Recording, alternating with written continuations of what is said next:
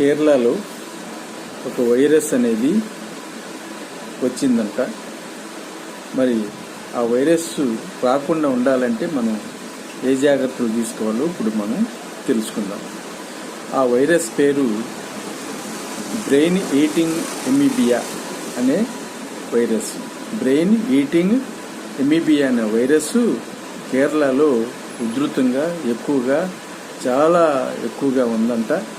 మరి ఇది అంటువ్యాధి కాబట్టి మరి ఇది వాటర్లో నుంచి నోట్లోకి వెళ్ళి అక్కడి నుంచి బ్రెయిన్కి వెళ్తుందన్నమాట. అందుకని ఈ వైరస్ గురించి మనం రాకుండా ఉండాలంటే ఏం జాగ్రత్తలు తీసుకోవాలి? ఈ వైరస్ పేరు ఏంటి? Brain eating ఎమీబియా.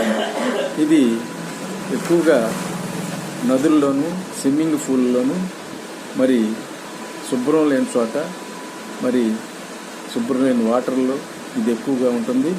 మరి స్నానాలు చేసేవాళ్ళు ఈ వైరస్ రాకుండా ఉండాలంటే స్నానం చేసేటప్పుడు ఆ వాటర్ అనేది నోట్లోకి వెళ్లకుండా జాగ్రత్త పడాలి.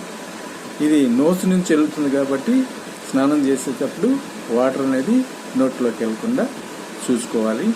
శుభ్రంగా ఏదైనా ఆహారం తీసుకునేటప్పుడు చేతులు శుభ్రంగా కడుక్కోవాలి. ఎక్కడ పడితే అక్కడ వాటర్ తాగటం కానీ ఎక్కడ పడితే అక్కడ స్నానాలు చేయటం కానీ చేయకూడదు. అక్కడ వాము వాటర్ ఇస్తున్నారంట, ఆ వాము వాటరు తాగాలి. ఈ జాగ్రత్తలు తీసుకున్నట్లయితే దాదాపు ఈ వైరస్ అనేది రాకుండా ఉంటుంది. మరి కేరళ వెళ్ళే వాళ్ళందరూ ఈ జాగ్రత్తలు తీసుకొని ఈ వైరస్ బారిన పడకుండా ఉండాలని ఆ భగవంతుని కోరుకుంటూ మరి ఈ నాకు తెలిసిన ఇన్ఫర్మేషన్ అనేది తెలియజేస్తున్నాను. ఈ వైరస్ పేరు ఏంటంటే బ్రెయిన్ హీటింగ్ ఎమీబియా. ఇది నోసు ద్వారా బ్రెయిన్లోకి వెళ్తుంది.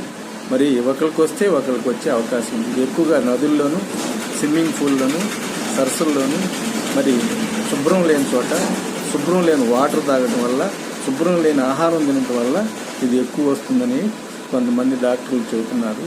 ఆ తెలియటం వల్ల ఆ ఇన్ఫర్మేషన్ నాకు తోచిన కొంచెం దీని గురించి తెలియజేస్తున్నాను.